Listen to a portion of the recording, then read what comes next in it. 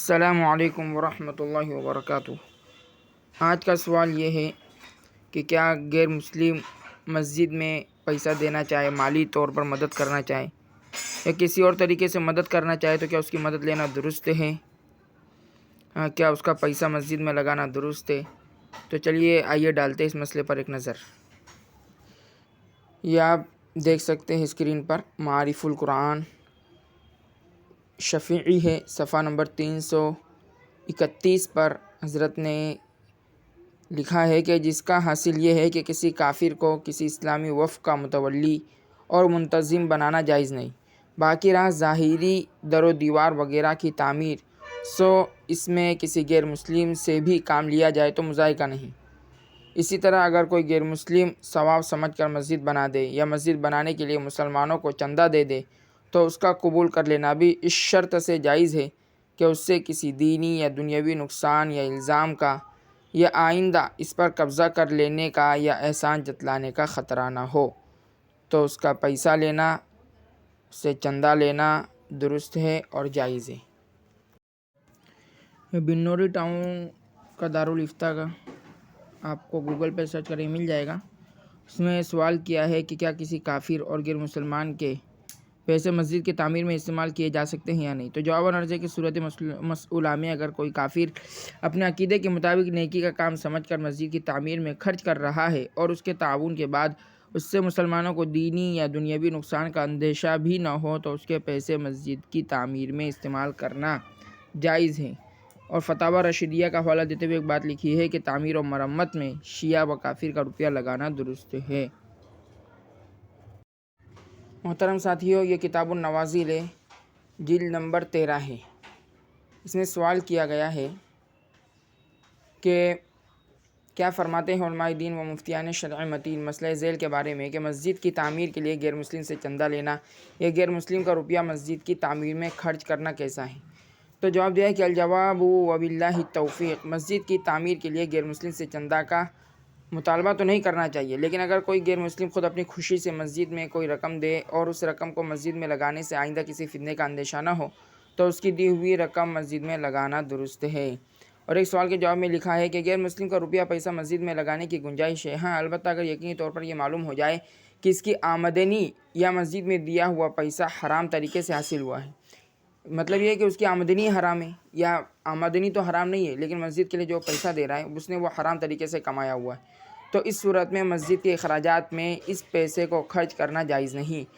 لیکن یہ بات بھی یاد رکھنی چاہیے کہ محض شک کی وجہ سے ناجائز ہونے کا حکم نہیں لگایا جائے گا۔ اور یہ حرام پیسے کا جو مسئلہ ہے وہ صرف غیر مسلم کے ساتھ نہیں بلکہ مسلمان کے ساتھ بھی ہے، کہ مسلمان کا پیسہ بھی معلوم پڑ جائے کہ حرام طریقے سے کمایا ہوا ہے یا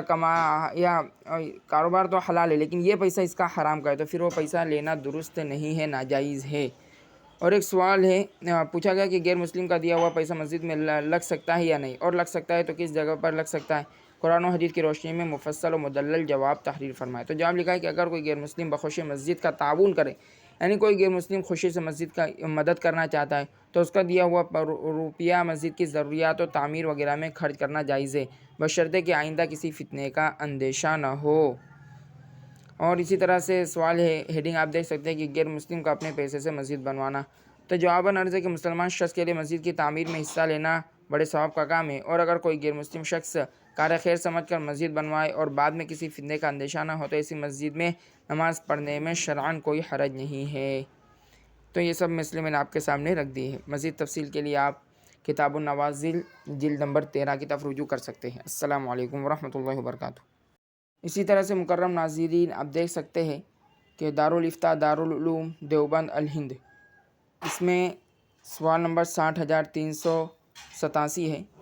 سوال کیا گیا ہے کہ کیا مسجد کے لیے غیر مسلم کا پیسہ استعمال کرنا جائز ہے، اور استعمال کر سکتے ہیں تو کن چیزوں میں استعمال کر سکتے ہیں، اور سود خور کا پیسہ بھی مسجد کے لیے استعمال کرنا جائز ہے کیا؟ اس کے بارے میں تفصیل سے جواب دیجیے۔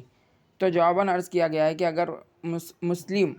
غیر مسلم اگر نیک کام سمجھ کر مسجد کو رقم دے اور اس سے رقم لینے میں کسی قسم کا اندیشہ بھی نہ ہو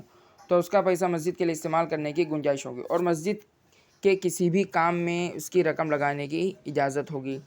دوسرا یہ 2 نمبر پہ لکھا ہے کہ سود خور اگر سود کی رقم مسجد کو دے تو اس کا لینا اور مسجد میں استعمال کرنا جائز نہ ہوگا، البتہ اگر حلال رقم مسجد کو دے تو استعمال کرنا درست ہوگا، جبکہ یقینی طور پر معلوم ہو کہ یہ اس نے حلال طریقے سے کمایا ہے۔ رقم مخلوط ہونے کی صورت میں، یعنی حرام مال بھی ہو سکتا ہے اور حلال مال بھی ہے، یا اس طرح سے کہ وہ سود کی رقم بھی لیتا ہے اور دوسرا کاروبار بھی کرتا ہے، تو ظاہر ہے دوسرے کاروبار سے جو پیسہ آ رہا ہے وہ تو حلال ہے، لیکن سود کی رقم بھی اس کے پاس ہے، دونوں رقم اس کے پاس ہوتی ہے، پتہ نہیں آدھا پیسہ حلال ہے آدھا حرام ہے، تو یہ مخلوط صورت ہوئی، یہ مخلوط رقم ہوئی۔ تو لکھتے ہیں کہ رقم مخلوط ہونے کی صورت میں بھی اعتراض کرنا بہتر ہوگا۔ قال فی الشامی اما لو انفق فی ذلک مالا سببہ الخبیث والطیب فیکرہ، لکھتے ہیں کہ اگر شامی کے حوالے سے اس کا ترجمہ یہ ہے کہ اگر مال خرچ کر رہا ہے نیک کام میں یا مسجد کی تعمیر وغیرہ میں،